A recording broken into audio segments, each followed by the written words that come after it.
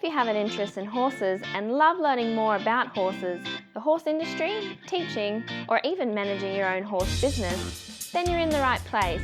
We would love you to join us on our mission, which is to improve the lives of horses around the world through the education of riders, handlers, and trainers. So get comfortable, listen in, and enjoy. Our chat today is with Christoph Hess. For people who don't know, I'm sure there's not too many people that don't know Christoph, but he worked for almost 40 years for the German Equestrian Federation. He's retired now. He's been a contributor to the Principles of Riding, which I would like to talk to him about within our chat today. He's a 4-star FEI dressage judge, and he's also an international eventing judge. He's chairman of the IGEQ, so the International Group for Equestrian Qualifications, author of, I'm not quite sure, at least 6-7 books. Most of them are written in German, which is very sad, but he does have one, Ride Better, in English. And at the moment he spends his time teaching privately, doing seminars, schooling, and of course he's an international dressage judge. So he would be, or dressage and eventing judge, so I suppose travelling with that. Christoph, how are you? Yeah, thank you very much. I'm very well. Thank you very much in these very, very special times, in the corona times, which is a problem which we have all over the world. Therefore, everything is shut down still. But in Germany, where I'm now, and it's difficult to travel, it's now a little bit more open, and the training will start, and the very first, to be honest, very small competition will start again. So therefore, I'm fine, and I'm coming back slowly into my real life, giving clinics, having seminars, and things which I love to train horses and people. Christoph, it's just wonderful to have you here. You know, for people that have sort of followed you for a while, this is pretty exciting for me. You know, I've met you before, but followed you for much longer.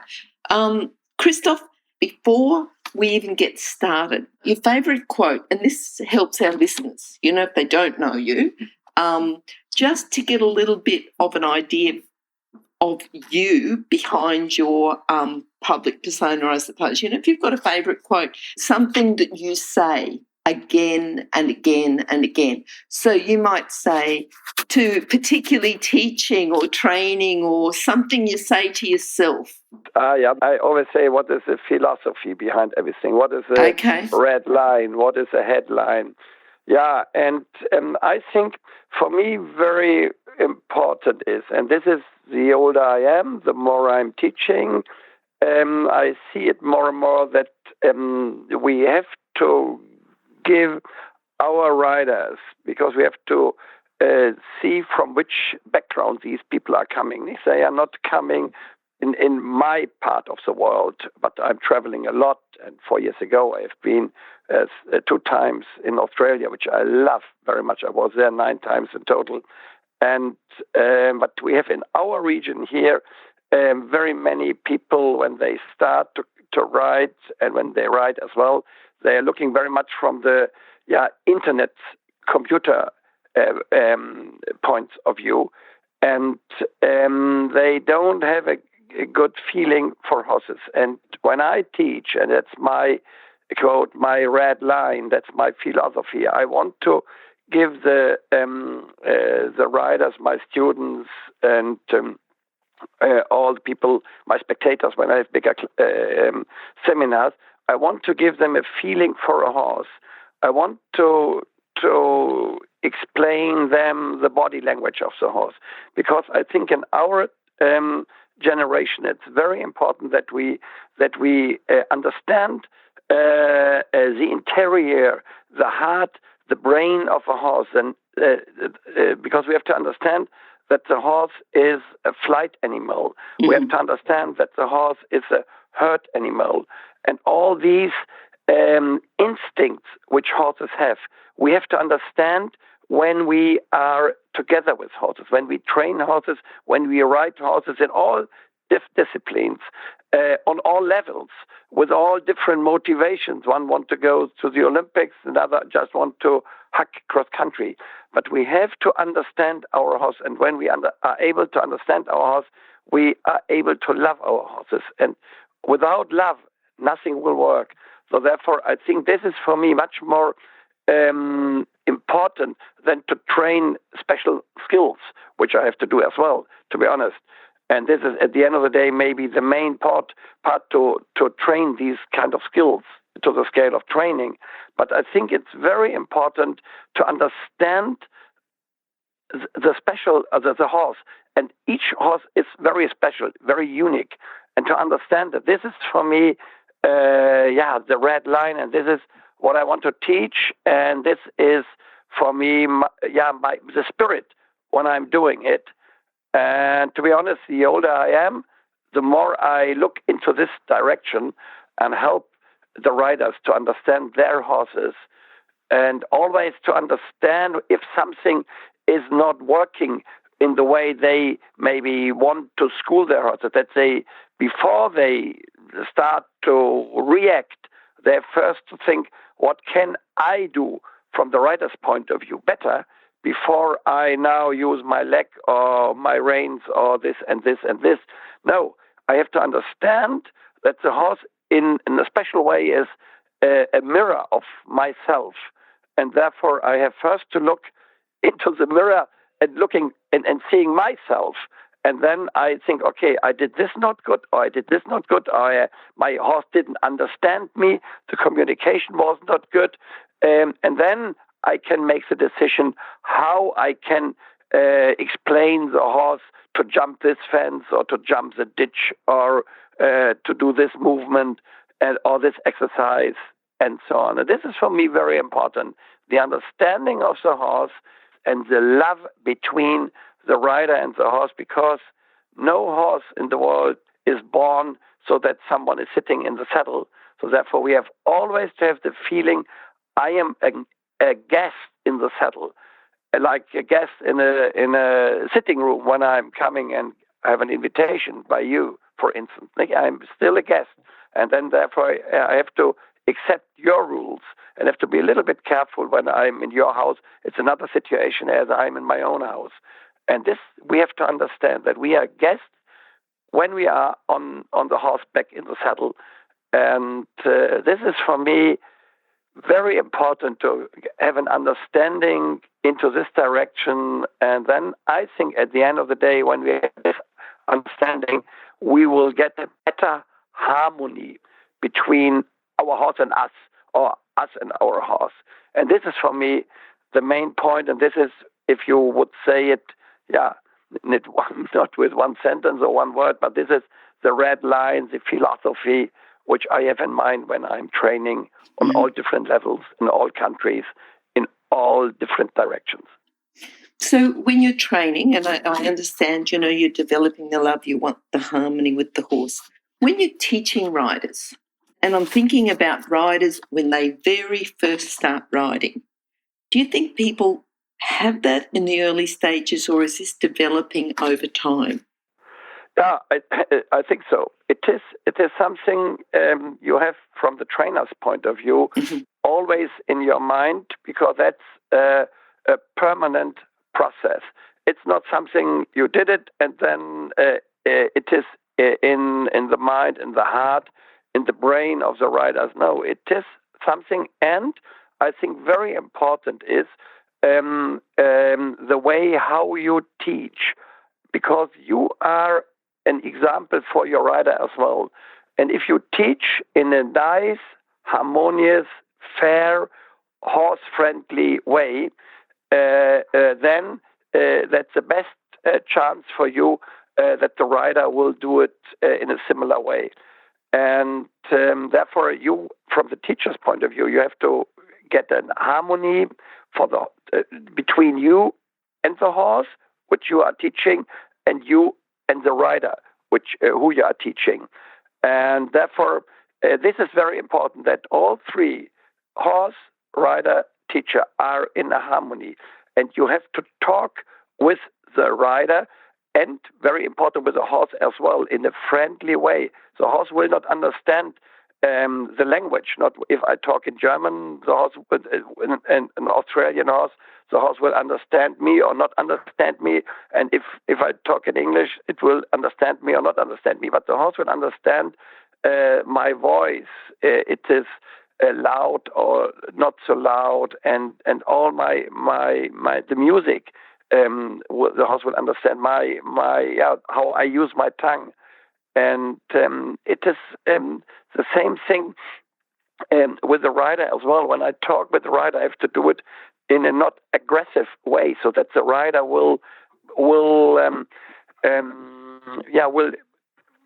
have a positive mood, will relaxed, will have a good relaxation and suppleness himself or herself. And that's for me very important, that I have this good atmosphere. That's for me the first step into the right direction. And then very important, which kind of words I am using. Do I talk in a nice way about horses, or do I use bad words about horses? That's a bad horse, and don't ride this horse, and talk in this way, and horse is stupid, too stupid to jump this fence or to learn this exercise, this pirouette, or these kind of flying changes also. And if you talk into this direction, then you get a little bit aggressive situation in your training and coaching situation, and that's bad. And at the end of the day, the horse comes into a negative situation, because back again, the horse is a kind of the mirror of a rider, and if the rider is not supple and relaxed and not balanced in his body and in his brain, then this can be the problem. And at the end of the day, the horse will lose it, because a rider who has this unbalanced situation in his body and in his brain, this will be not a rider who is able to bring a horse and him or herself into a mental and physical balance, I expect. And therefore, I look very much into this direction to have this harmonious situation. Mm-hmm. So if you're, and I'm thinking from a teaching, coaching point of view, you have a rider who, and I think that 99% of horse owners, riders, everyone wants to do the right thing. So you have the rider who wants to have this love for the horse and working in harmony and being one with the horse. They want to do it. They mentally, emotionally want to do it. But physically, what do you think is the main, and I'm sure that you see, thousands or hundreds of thousands of riders, what do you think is the main problem or the main thing that a rider can work on physically to help them achieve what they want to achieve? Yeah. Although first of all, I think the rider has to put the finger into his or her direction, and not, as we look often, that the finger of the rider is not to him or her, but to the horse. Mm-hmm. And they always, it's the same when I ask something, tell a little bit about you. And then they tell always about their horses. My horse is not doing this and not doing this. And that, no, stop. What do you think about you? What is good with you and with the horse? And then they start again. My horse is not doing this and not doing this and blah, blah. So then I see that they think very much always from the horse's point of view. And if I would say, and I have traveled in so many, many countries in Europe and USA, and what I love very much, Australia, and all. Therefore, I was in Brisbane, I was in Adelaide, I was in Perth, I was in Sydney, in Melbourne, and all these lovely places in Tasmania, and so on. I love it to be there. So therefore, I'd seen so many different parts of the world. But I think if I would say what the riders have to learn, because I look always from the rider's point of view, the horse is always the mirror. I think what riders have to learn very much to do things in the right way with a horse is that the riders have to learn to use the driving aids in a proper way. In the old days, I always thought, okay, the main problem is that the riders are not balanced enough in the saddle. They use too much the reins to find their balance, and therefore they ride too much against the nature of the horse. I said in the beginning, the horse is a flight animal, and whenever you use the reins, you ride against the instinct of the horse against the flight instinct. And because the horse gets pain and then it runs maybe more and more, the more the rider is using the rein, and then the horse is unhappy, and then the horse is short in the neck, or is against a bit, or is doing other, riders say, stupid things. But at the end of the day, the rider is the reason. But the more I think about it, and the more I see the riders riding, the more I see that the riders don't have the right feeling how to use their driving aids. And if a horse is not in front of the rider at the driving aids, and the legs are very, very important, and the way how to use the legs, that's for me, if I would say what is the main problem which we have now all over the world in the training of horses, that the ride, and as I say especially in the training of horses, that the riders often are not, or many riders, and I wouldn't say most of the riders, but very, very many riders, maybe more or less all average riders, and lower, are not able to use the driving aids in the right way. And this is for me often the beginning of a negative situation. And this is something what the trainers, the coaches, the instructors, the riding teachers, and so on, have to have in mind, and have to to practice, and have to learn. And at the end of the day, in the first lessons, in the longing, not in the very first, but in the first lessons, in the longing lessons. And I think this is for me very, very important, that riders are learning this. And if I would say it, what's the main problem? I would say it is very much the situation. Okay. I'd like you to think back now, and I'm thinking that, almost 40 years for the German Equestrian Federation. How do you think, first of all, we'll talk about dressage.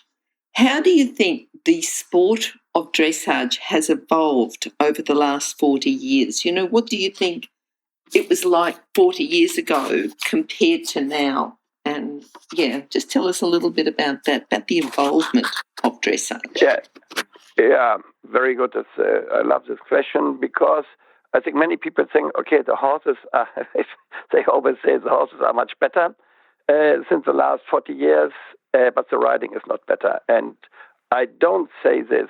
I say that we have lovely horses, the breeders all over the world, and I want to underline the sentence, or part of the sentence, all over the world are better. And the breeders are doing a great job, and many, many riders are doing a great job as well. Also, we have really many, many good riders, and many riders have a lovely understanding how to ride and to train horses. So this is one thing, that we have bad riders and riders who train into wrong direction. I think that's something we see, and we know that good training is difficult. This was 40 years ago a problem, and it's still a problem, and it will be in 40 years a problem still, I'm sure.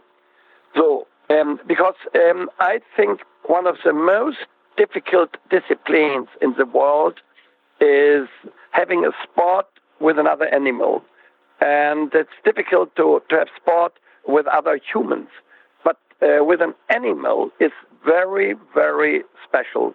So therefore, we need very special skills. This is the problem, or that's a challenge. That's not a problem, that's a challenge which we have. Therefore, we will see from time to time not so good pictures, not because the riders are bad or because the riders are doing wrong things, but they are not able to do it better. So that's the thing that it was 40 years ago. It's now, and it will be in 40 years. But now we have these lovely type of horses. And when the breeders say, okay, the horses are so easy to ride, just sit on horseback, and the better the breeding, the easier the riding. And I say, no, that's not the point. It is the better the horses, the more difficult the riding. Because the horses which we have today, I always say more horses like a Ferrari, like a sport car. Therefore, we have to ride these kind of horses or in a very, very sensitive way, because the position neck head is very soft. The throat ledge is very soft, and therefore these kind of horses have often not an open throat ledge, but a closed short throat ledge and a short neck. They are the whole time behind vertical, and people who are not true experts think, okay, that's low, rounded, deep, that's Rollkur, something like this, and then they say, oh, terrible riding. But the problem is not it's not the reason of terrible and bad riding. No, the reason is that the rider is not able to open the throat ledge, to stretch the neck, so that the horse is really able to seek the bit. Why? The horses are often a little bit weak in the back, and they have often active hind legs, but the activity of the hind legs are not the activity of the hind legs is not the same as carrying weight with the hind legs. And often horses are active behind, but they don't carry the weight, and they are not coming with the hind legs under the center of gravity, and therefore they are not able to carry the weight, which is important to use the neck as to balance the whole body with an open throat ledge. And this is, for me, the red line which a rider has to have in mind when he starts to train a younger horse. And many riders, different reasons, they don't have the time to do it. And this they have to do at least for 1 or 2 years in a very, very serious way to establish the back muscles of the horse and the muscles of the well-stretched muscles of the neck, so that the horses will have the whole time an open throat ledge. This is, for me, the challenge today when you school horses, and many riders don't have the understanding. And when a horse is not trained in the kindergarten and in the primary school like this, in a very serious way, then at the end of the day you have a horse which has always a short neck, is not able to find the right balance with a well-stretched neck. And that's, for me, the reason why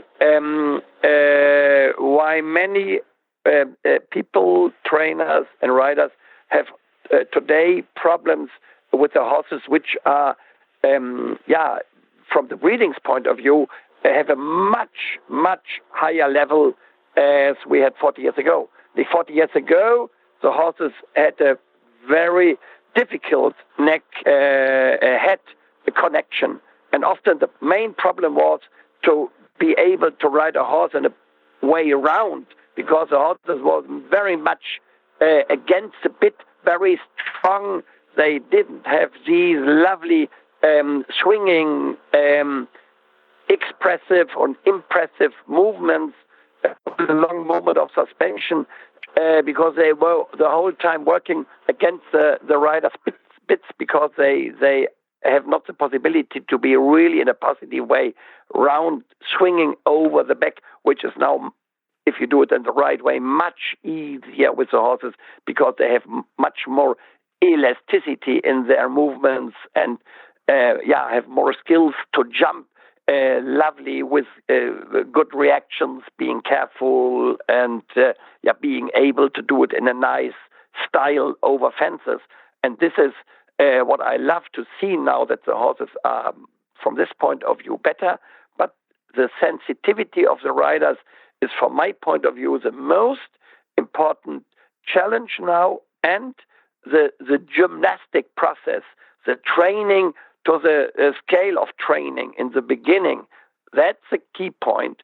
And if you don't do this in a very serious way, then you will get, at the end of the day, a horse, and I would say, these kind of horses we have sometimes in the world, they are lovely movers when you see these young horses, and especially here in Warendorf at the Bundeschampionat, and I was judging the last 4 years in the World Championships in Ermelo in Holland. as a commentating judge and as a pure judge. And I'd seen so many lovely horses, but from time to time you see some of these lovely horses not trained seriously in the beginning, in the kindergarten, in the primary school time. And when you don't do this seriously, then you never will come really to the top, because the basic things, especially for these young horses which are trained now 40 years later, are so sensitive. And then I would say, if I say it very, very black and white, I would say these horses are at the end of the day broken, and then you never have the lovely elasticity back when they are broken a little bit, as you would have if they would train in a nice and serious way. And I think this is the biggest challenge which we have now, and that's the biggest difference between today and 40 years ago. 40 years ago, it was we had many horses more difficult to ride in the very beginning. Therefore, the riders need more time to do it in the beginning, because they couldn't ride as quickly as now, train the horses. But therefore, they needed more time to train them. And now it's easier.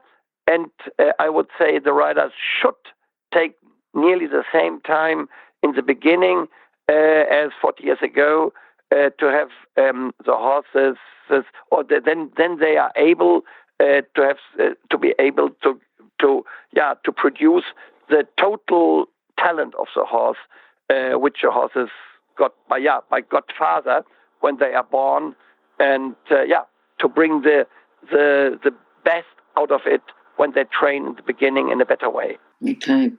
Now, if we've got a horse, a nice, well-bred horse, good horse, we've got a lovely rider who's given the horse education at kindergarten and primary school to get the best out of the horse. The horse has naturally got a nice style over fences. Is there anything else we need to do over fences, or is the work over fences to improve the horse over fences based on the work on the flat?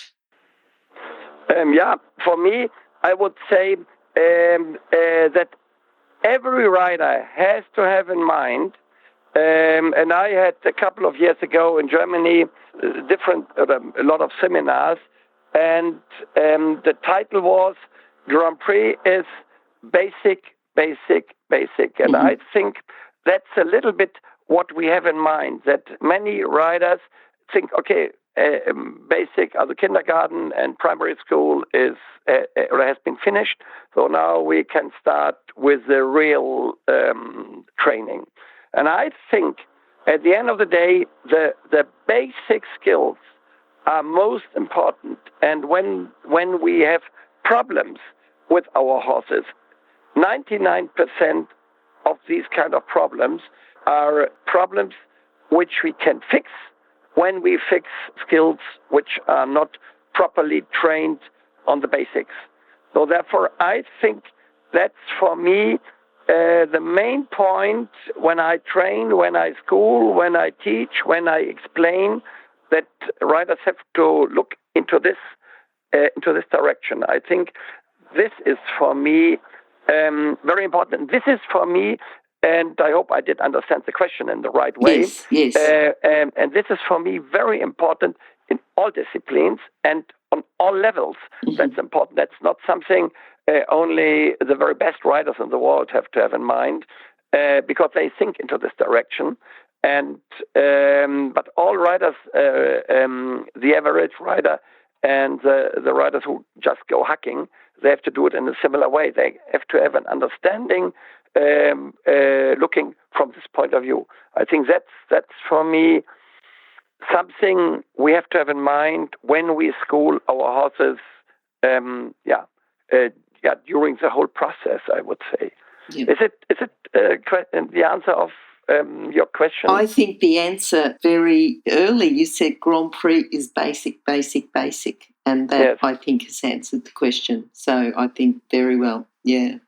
Yeah, and at the end of the day, you can say that the training of Grand Prix starts with the very first lesson with a horse, because you have always to have in mind what is the goal, what I have, and there are not different goals. No, it has to be always a goal. I should have the possibility to come to Grand Prix.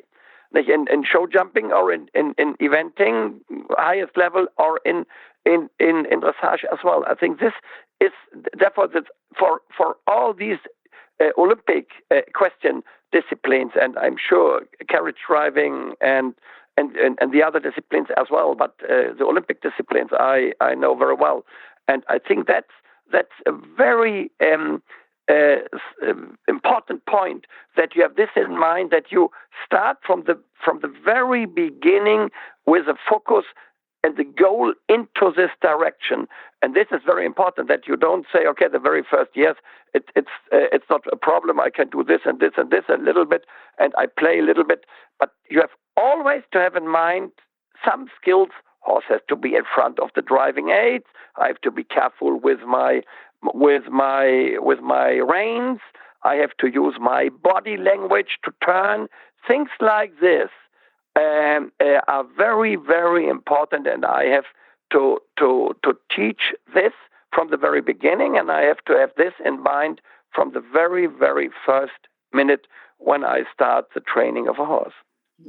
Thinking about riders, and I know that you teach all over the world, and you'd see a lot of young riders with potential who have got lovely horses, and they're working with quality trainers, they've got quality horses, they've got very similar opportunities. What is it that one goes out and wins gold at the Olympics, or gets to ride, a few different horses, not just one horse at Grand Prix, but trains and goes on and does well? What do they have over the ones that sort of, I don't want to say just don't make it, because some people can make it and be professionals within the horse industry, even though they're not at the top elite level? What does the person have in their personality? Thinking personality, because they've all had quality horses, quality trainers, they're all physically very similar. But what is it that makes someone better than everyone else? Is there something in their personality, in their although it is from everything a little bit. Although I'm sure it is personality. I will say something about it, because I had seen in all my years in national and international sport, people coming and going, and saw what I saw and see the difference between these people, the personality of these people, and I would say first of all, it is very important that they have the riders who want to come to a higher level. They need a very, very good foundation. I will give an example. Now in the Corona time, I couldn't travel a lot, or I couldn't travel, so therefore I couldn't give clinics and seminars. I had my diary was full 100%, and from one day to another, from 100% to zero, nothing. So then I give online lessons to a lady or I have to a family in California online, and Move and See. That's quite a good system. And I didn't know the family before, and they asked me to give them lessons, and I do it now 3 times a week. Mm-hmm. And they have a 17-year-old daughter, and this daughter is a really good rider. She is on, I would say, the intermediate 1 level with potential to Grand Prix. And for a 17-year-old young girl, she is really, really very, very talented. She rides always 2 horses with me via online. And why is she so good? I think 2 things. First of all, a very, very good foundation, lovely position in the saddle, very well relaxed and supple, and very well balanced. So these, and a lovely position, because of relaxation and balance. That's the first part. But she was 4 years at the longing lesson, or they got 4 years longing lessons mainly by her mother. So this is very important to have a lovely, lovely foundation. That's for me very important. The second thing is, therefore I said it's from everything a little bit, the foundation is important. The second thing is that you are totally focused what you are doing, and you have to be ambitious. You have to be ambitious, and you need a lot of motivation, and you need a lot of, if you have a frustration, you have to say, keep on going. Never stop it, and always go on, and always see the next open door. And many people I know are lovely riders at home, but maybe they are not so good in competitions. But I think the really successful riders, to be honest, we have, I think, a lot of riders who are very, very good in training, but not so successful. Maybe they are nearly as good as a good, or maybe probably better than very, very successful riders in competitions. But when you want to compete, you need special competition skills. You want to win. Example, one of the most successful riders in the world is Michael Jung. He's a German guy. He did win gold medals, 2 gold individual medals in Olympic Games. He did win world championships and medals at world championships, Europeans, and so on, badminton winner, and so on. And he is show jumping as well. And now, therefore, you see a little bit the skills and the personality of people who are successful. And Michael Jung is one of them. And he had a telephone chat 2 days ago with someone, and I was standing next to this guy. And then Michael Jung said to this person, I hope that in Germany we can start to train our horses now at different places, and then we have small local competitions, and so that we can start a little bit with our younger horses. And he was telling this, and I love it. Now I can start here and there and there.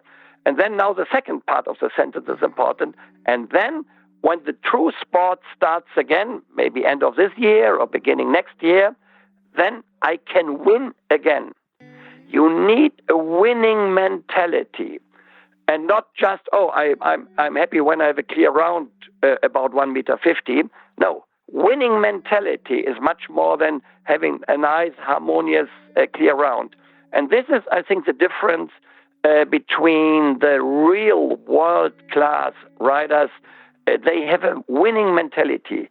They want to win, and then the first loser is not, is a person who is second. And I had helped Oliver Tonant, the eventing rider in England, a little bit last year, and at the end he was losing badminton with 2 strides. He was in cross country. He had 1 time penalty, 0.4 time penalties cross country. Clear round, cross country, no fence penalties, but just 0.4. So this was 1 stride, and then in show jumping he had 1 rail in hand, and he had at the end 1 rail down, also 4 penalties, and then he was 1 second too slow, therefore he got 0.4 time penalties in show jumping as well. And then he was not able to call me for 2 weeks because he was so disappointed. And then he called me and said, Christoph, I couldn't call you. I lost badminton with 2 strides, 1 in show jumping and 1 in cross country. We talk about badminton, and he was so frustrated, but he is a winning rider, and he called me when he was first and second after dressage, and he had the world highest badminton dressage result, and then he called me when he was still sitting in the saddle, coming back to the practice in the arena, and said, it was amazing the horse moved because I'd helped him a little bit before. So therefore you see, that's the mentality you need when you want to be on the top.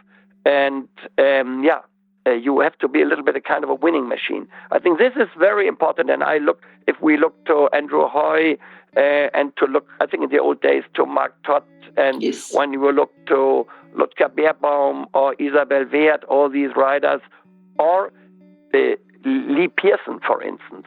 Lee Pearson, he is a para rider, and years ago, Stephen Clark, the five-star dressage rider from England, and me, we had a master class in Hartbury, and Stephen said, okay, Christoph, I want to work with a para rider. And to be honest, I had heard about Lee Pearson, but I didn't know him, and I had Carl Hester as a guinea pig, and Spencer Wilson is a partner in the old days, and I worked with them. And then, Lee Pearson was in the arena, and Stephen had given the lesson to him. And to be honest, in the beginning, I couldn't see that he was a para rider in the beginning. Yeah. After maybe 5 minutes, I saw it. He was riding on PSG level. And after this, I was talking with him. And then I said, Lee, explain a little bit, what are you doing? And I said, I'm a professional rider. And he is a grade 1B. In the old days, I think he was 1B or 1A para rider. He has a very, very difficult body. And then I'm a professional rider. I said, you are a professional rider? How can it work? Oh, I break in 3-year-old horses. And he is a true fighter and able to do it because you ride mainly with your brain. And then I said to him, if you would come back on Earth, do you want to have a body like a rider who is not a para? And he said, no, I want to have exactly my body back. I want to do it with all these problems I have in my body, because then I start to get the real skills to do things which are nearly impossible. And I think that's the difference between a top-class average rider and a rider he's on the top. They are able to make things happen which are normally not possible. And then, to be honest, they need good luck in the right moment, right second, and so on. This is part of it. But at the end of the day, in Germany, we only say that only good riders have good luck, or that good people have good luck. You have to be very, very busy, very, very busy, 7 days a week, 24 hours, and always thinking into this direction, and not holiday here and holiday there, and today is Sunday and I don't work, and things like this. No, busy, and very, very focused on this. These are skills which these riders have to come on the top, and not having a good horse. And often they have only one good horse. The good riders are able to produce good horses quite often till highest level, and not just one top class horse. And at the end of the day, then they live then they have the success because of the quality of the one horse they had just in the right time. But really good riders are able to produce many, many good horses, so that they are for a longer time in the international circus on the high level. Yep. Your knowledge is just brilliant. Anything I throw at you, you just give me a beautiful answer and very good explanation. But we learn from our lessons. We always have lessons about things. And I want you to think back, working for the Equestrian Federation, when you first started there, and think when you first went in, started working for the Equestrian Federation, and then, finished almost 40 years later. If you had to say there's one thing that I learned working for the Equestrian Federation, this is the main thing that I learned from working there, what would it be? I think communication. Mm-hmm. When you work for a federation, and this is in Australia, similar as in England, as in US, and so on, and in Germany as well, you have to communicate. A federation is something where we have all different minds and we have old people, young people, ladies and gentlemen. We have kids and elderly people. We have people from all different disciplines, from all parts of the country, and with all different motivations. And they are, and we have staff, an employed staff in Warendorf, where I'm living. You know it, and where there's a headquarter. And then we have different regions, as you have the states in Australia, the different states. You are in Queensland and New South Wales and so on. This we have in Germany as well. We have 16, not as big as the states in Australia, but we have 16 or 17 different counties in Germany.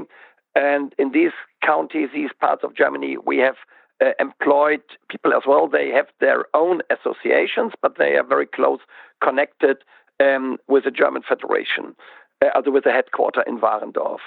And then we have everything under the umbrella of the Federation. We have the sport, the international sport, the Olympic sport under this umbrella.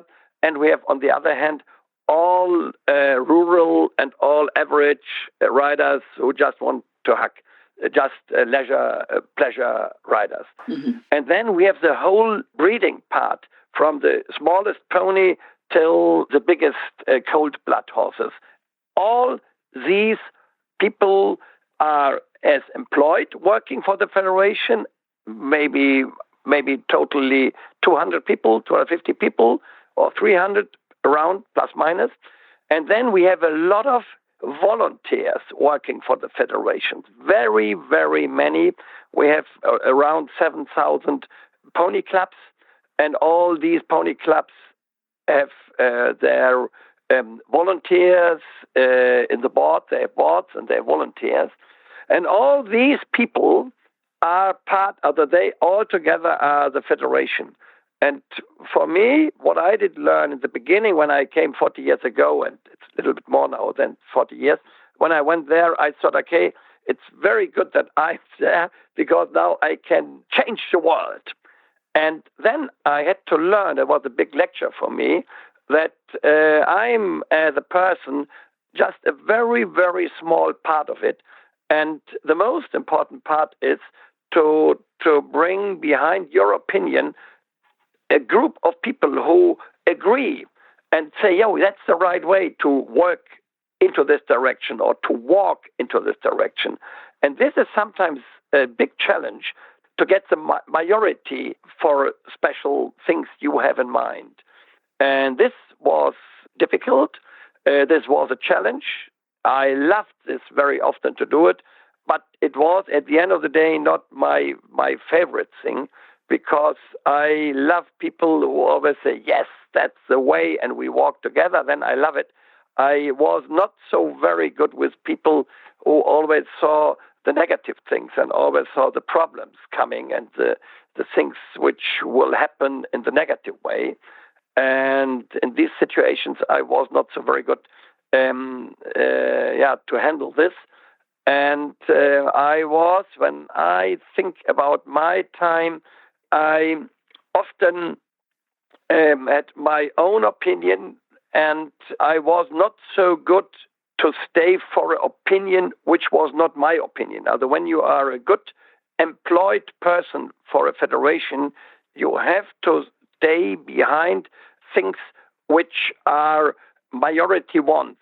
But sometimes I was more on the other side, the minority, and then it was difficult for me to stand on the side of the majority when I was not fully behind the new rule, as an example. Mm-hmm. But I had learned it, and I think I had learned that it's important that we have these federations. We need these federations, and that we have to accept the meaning, the other meanings than my meaning. And I had learned that I'm not Godfather on earth, that I'm a very, very small part, and often it's very good to realize this. And now I'm very, very happy having this time for 40 years, and now I'm since 4 years, we say, the ambassador of education and training. I'm not now fully employed, but I'm a little part-time employed for the German Equestrian Federation. I'm a little bit a volunteer and I'm a little bit employed, though therefore I'm now looking from this point of view, and I have a very short contact to all my colleagues with whom I had worked for ages.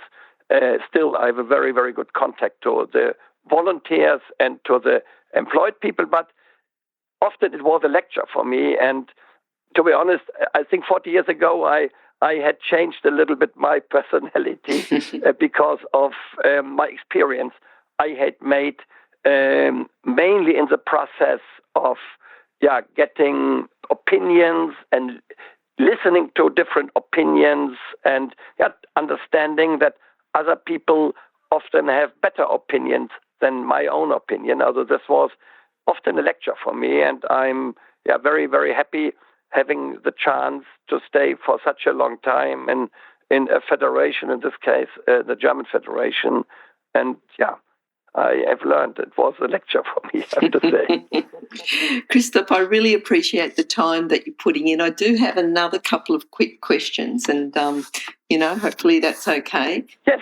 Okay, well, I want to ask you about dressage judges. And this is dressage judges generally worldwide who might start off and do a couple of very low unofficial events. This is great. And they might have an ambition to be an FEI judge.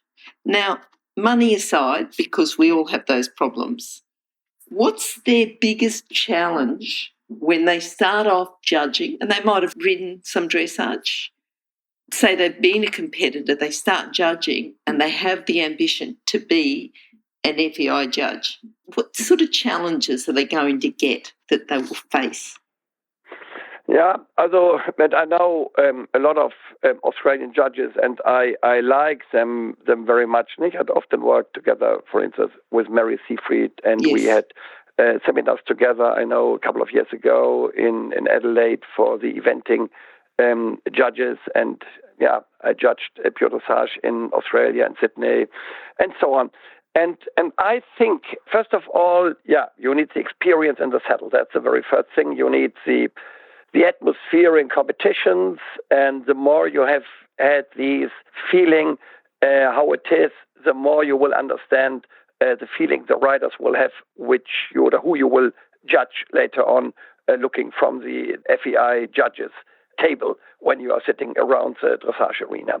So that's for me very important. The second thing is what I think is very good when you do this, but this is important for national judges at the end of the day as well, and I think that's a good rule which we have in Germany.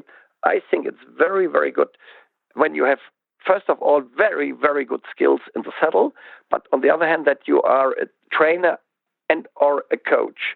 That's for me very important, that you see it from this point of view as well. You have to get another understanding for the process of teaching and coaching horses and riders. And the more you have a knowledge about it, the more easy it is to understand the judging situation. And I think the better, I would say, your judging will be. So therefore, if I can give advice to the FEI, I would say when you want to become an FEI judge, you should have high skills in the saddle as a rider, and you have to have skills as a teacher as well, trainer, instructor, and so on as well. That's for me very important. And the third thing is what you have to learn. You have to understand the horses, what we said in the beginning of our interview, that the riders get a feeling for their horses. And I think a judge will get the right feeling for a horse when he or when she starts not in the very beginning, but quite early, judging young horses classes.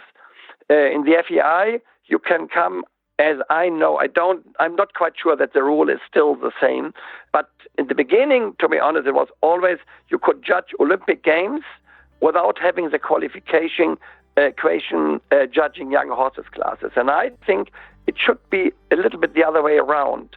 You should have quite early in your international career, you have to get a special qualification judging young horses classes, because I think when you are able to understand how to judge young horses classes, then you get a feeling for young horses, and to understand elderly horses on higher levels, PSG I1, I2, Grand Prix Special, Freestyle, all these big international classes, you have to be able to understand the 5- and 6-year-old young horses dressage classes. The more you have a feeling for the young horses, the easier it is for you to judge the high-level dressage classes internationally. Why?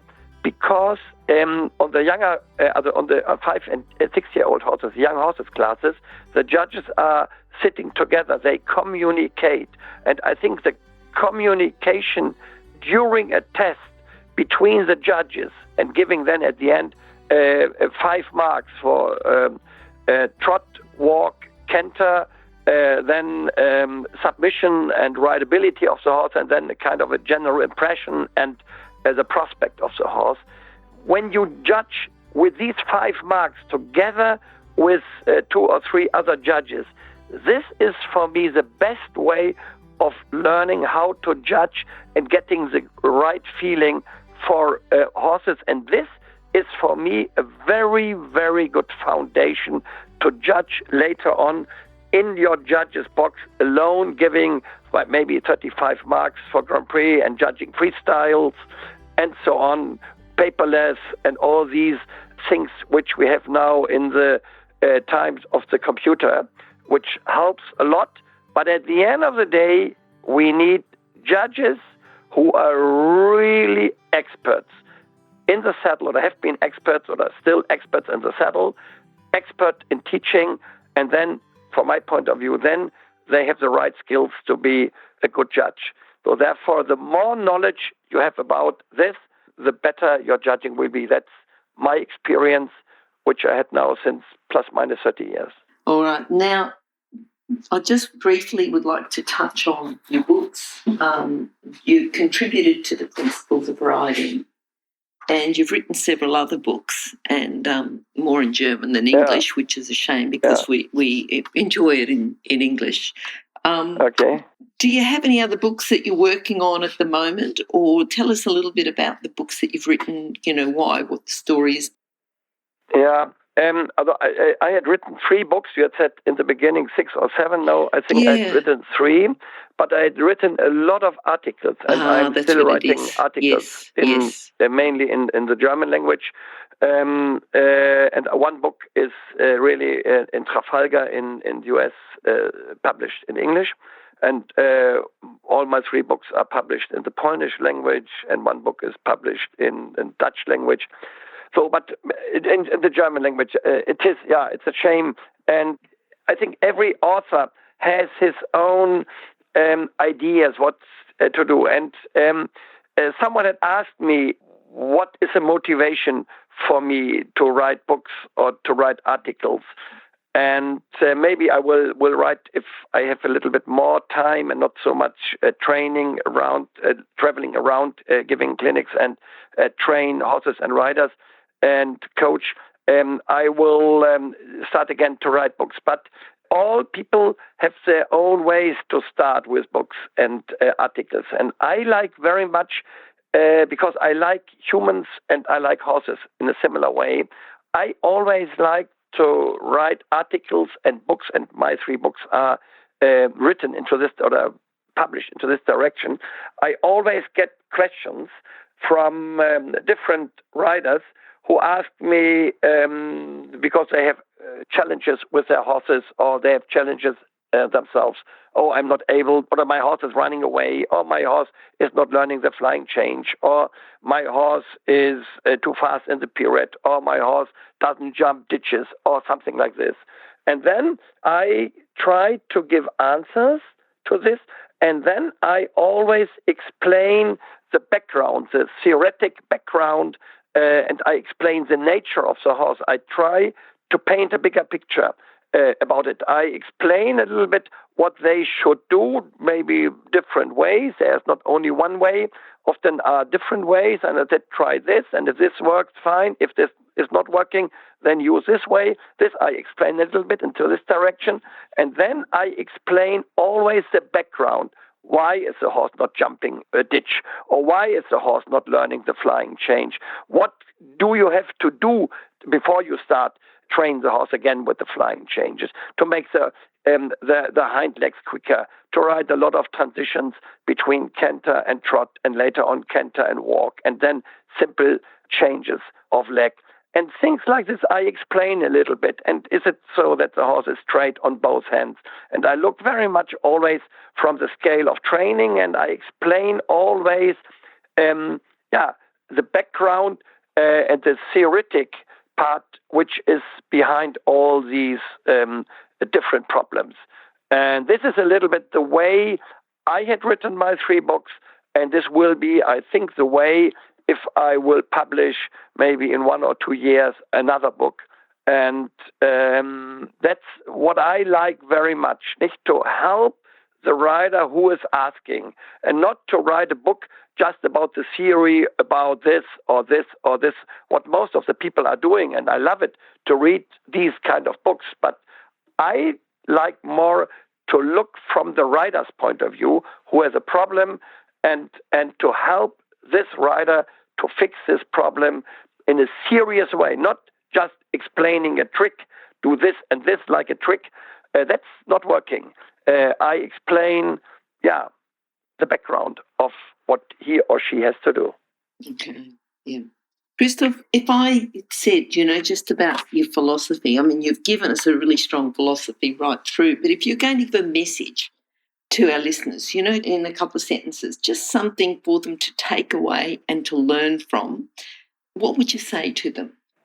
Yeah, I would say, and I would said before, that for me, working in the federation, working with different people, volunteers and employed people, to listen to different opinions, to agree with opinions, to disagree and to accept different opinions, and to find your own way between all these different ideas and opinions. And the same thing is, I would say that each horse is for each rider a kind of a schoolmaster. And you can learn from all horses, from the good ones, from the not so good ones, from the talented ones, from the not so talented ones, from the well-educated ones, from the not so good or the not so well-educated ones, and so on and so on. And you can learn from all of them. And when you are open, looking from the riders and trainers' point of view and coaches' point of view, when you are open for this, then it is for you amazing what you can learn from them, and you have to be open from the very beginning of your career in the saddle and in the horse industry till your very last second you are there. You have to be always open and have always to ask yourself, what can I learn from this horse? Because each horse, what I just did say, is a schoolmaster for you. And I think this is so special in our sport, and we are so blessed that we have the possibility to work with animals, and at the end of the day with the loveliest animal which is on earth. And for me, this is a horse, or these are horses.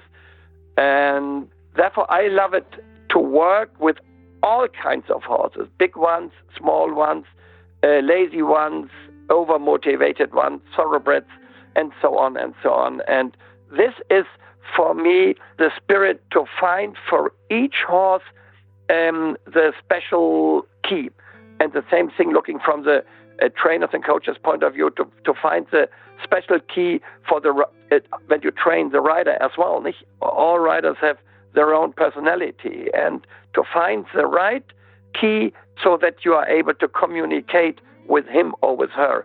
And this is for me the challenge, looking from my point of view, and this is for me kind of an advice that riders and trainers should look from this point of view into this direction, and always thinking, what can I learn from my riders, and especially in this case, to your question, what can I learn from my horses which are under my umbrella? And we have the responsibility to make for these lovely animals the best what we can do. And this is for me very important that we are doing it. Wonderful message that I think people can take away from that. Now, Christoph, before we go, people need to contact you. Now, on our page, which will be horsechats.com/Christoph Hess, all your contact details will be on there. But if people are listening and they'd like to contact you direct now, what's the best way? Yeah, they can call me.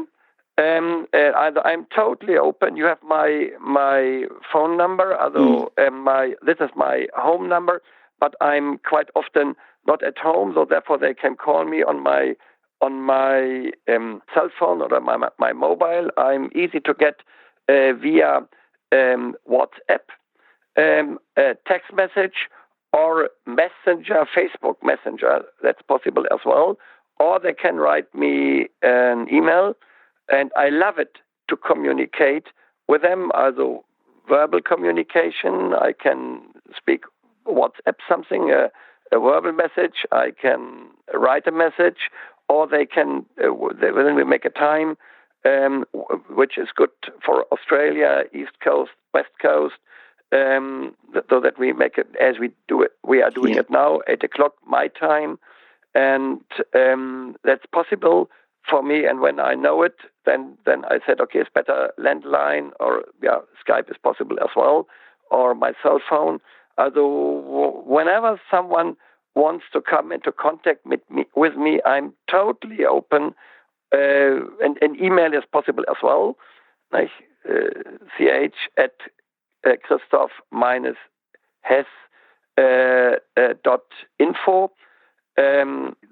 Everything is possible, and I like to communicate, and I like if someone wants to get an advice, I want to give the advice or try to give the advice or answer the question. I don't know whether it's the right answer. I'm not Godfather, but I like to help, and because I love people and I love horses, and therefore I'm, from this point of view, totally open for a communication. All right. The other thing is too that on your website, which is Christoph-Hess.info, there's a contact and contact details, and people will be able to contact you through there. Yeah. Christoph, I'm excited talking to you. I've chatted to you for a very, very long time, and all of your information is valuable. Every single question that I asked you, you gave us a really thorough explanation. All that depth of knowledge, it's just been fantastic. So thank you, and we'd love to have you back again, and we hope to talk to you again soon. So thank you. Yeah, Glenys, thank you very much indeed, and please stay healthy. The whole continent, the whole Australian country should stay healthy, and all the best. And to be honest, I like the Australian people very much. I like your way of living. It is easygoing, but it's very serious what you are doing. So therefore, I was happy being in Australia, and I hope I will get the chance again to come back. And if I meet someone in Europe, in Germany, from Australia, I'm very, very happy as well. Also, all the best for you. Thank you. Personally, especially, and for all the others who are listening to this interview. And you take care as well. Thank you very much. If you've enjoyed this chat, then please comment, rate and subscribe. If you'd like any changes or recommendations for guests, then please contact us through horsechats.com. And while you're online, have a look at the government-accredited courses at internationalhorsecollege.com, registered training organisation 31352. Remember that our comments and instructions are general in nature and do not take into consideration your individual horses or your individual ability and circumstances. If you enjoyed this podcast, then please leave your comment below.